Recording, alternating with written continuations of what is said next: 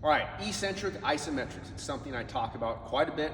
It's my go-to form of training. It's what I researched when I was doing my PhD in kinesiology. So in this video, I want to discuss exactly what it is. Before we go any further, I want to state one thing right off the bat, that there's a big misconception. People say, oh, you can't have an isometric contraction and an eccentric contraction at the same time, that they're mutually exclusive. They are not. You can actually have them occurring simultaneously. The key is agonist-antagonist co-contraction, which we're going to get into a little bit. If I need to have more detail on that topic, I may actually make a separate video because it's very important. But anyways, let's kind of jump into exactly what eccentric isometrics are. We'll use the squat as a good example. An eccentric isometric is a repetition where you perform a slow, controlled, tight eccentric action, okay? And then in the maximally stretched position, okay, while staying as tight as possible, which typically ends up being around 90 degrees, that's where you're holding it. And you're not just holding it for the sake of holding it or holding it, waiting to come back up. You are literally pulling into that position. You are squeezing yourself into that position. And this goes back to what I just mentioned about a minute ago, the agonist-antagonist co-contraction, which is absolutely critical, okay?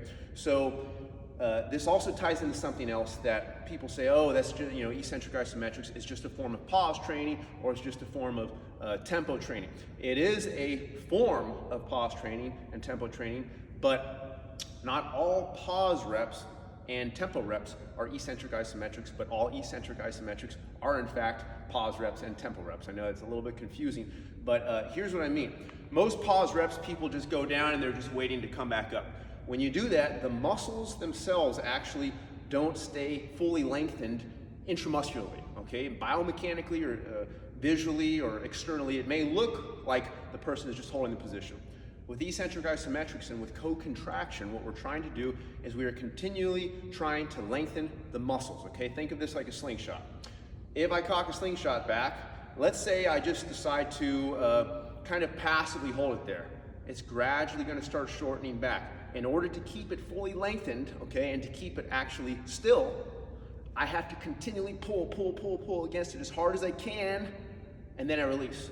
That's the same concept that is applied really not just to eccentric isometrics, but it should be applied to all intense muscular contractions. And this is why the eccentric isometric protocol, in my opinion, is so effective, because it basically deconstructs optimal muscle actions and optimal muscular contractions. It just does it in a very slow, deconstructed system, so that when the person actually goes to do more explosive events, their nervous system, their central nervous system, is trained properly how to fire the muscles, and they're using those elements of co-contraction, which research shows is very, very important for all muscular contractions, particularly when it comes to intense physical activities. So on something like a bench press, because a lot of people are used to hearing about using your back on a bench press. You are rowing it into position. You're not just coming down and holding it there. You are coming down and squeezing, okay, and it will inevitably be 90 degrees if you're using maximal co-contraction, because the research actually shows that maximal co-contraction occurs at 90 degrees. Pretty cool, right? Okay, because if you go farther than that, the muscles don't co-contract as much. And we know that co-contraction is a critical element for proper neuromuscular contractions. So why would you want to go deeper if you're actually compromising that all-important co-contraction element? So with that said, I know I kind of covered a lot there, and this can be applied to squats, it can be applied to overhead presses, pull-ups. The reason we use eccentric isometrics, just to get a little deeper here, is because when we have tension, okay, and stretch simultaneously, our muscle spindles, or our intrafusal muscle fibers, those are the little proprioceptive feedback mechanisms embedded within our actual larger muscles. And all they do is basically provide feedback about body positioning, about kinesthetic awareness, about sense of feel, okay? So one of the things that eccentric isometrics do, it basically magnifies and enhances proprioceptive feedback. And proprioceptive feedback is key, because when we talk about mastering movement, okay, mastering our body mechanics, really honing in on our biomechanics so that we have optimal position, okay, we're talking about even the most subtle things. The key is proprioception, because a coach, okay, or the naked eye can only see so much. Ultimately, we have to get to the point where our muscles can feel more than what the naked eye can see. And the eccentric isometrics allow us to do that, allows us to fine tune our body mechanics to the point where even if we feel something slightly off, we're kind of shifting just a little bit to one side, we don't have to have a coach tell us that. If we go slow, if we use all that sensory feedback that's coming in from our muscle spindles and from the rest of our body, we go slow and controlled, we can feel where those deviations occur and we can correct them, okay? And that's that intrinsic feedback from the muscle spindles, and that truly is the art of mastering your body mechanics. And then when you do that, when you master your body mechanics, the sky's the limit in terms of physical activity and training. We can train heavier, okay?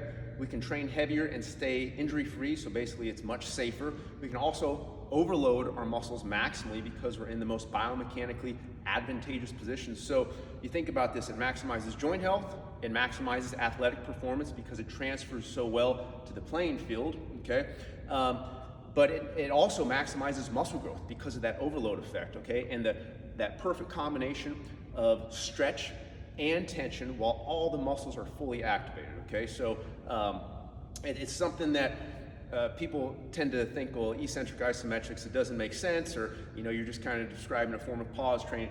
It is the single most valuable training method I know of. I've tried everything that I could think of over the last 18 years that I've been in this field.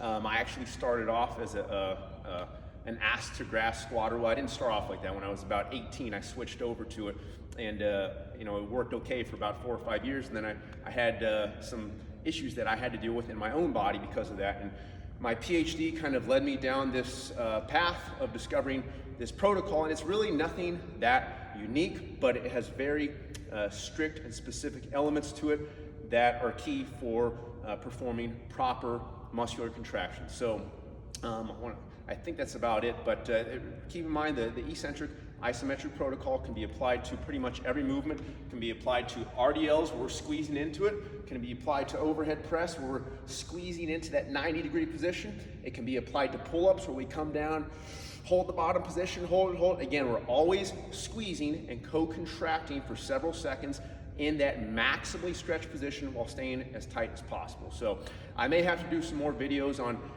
specific elements of that, perhaps maybe even the co-contraction piece or the muscle spindle proprioception components, because those are a little bit more complex, but they're very important. So try to apply these methods. If you have any questions, leave them in the comments section, and hopefully that was helpful. All right, thanks.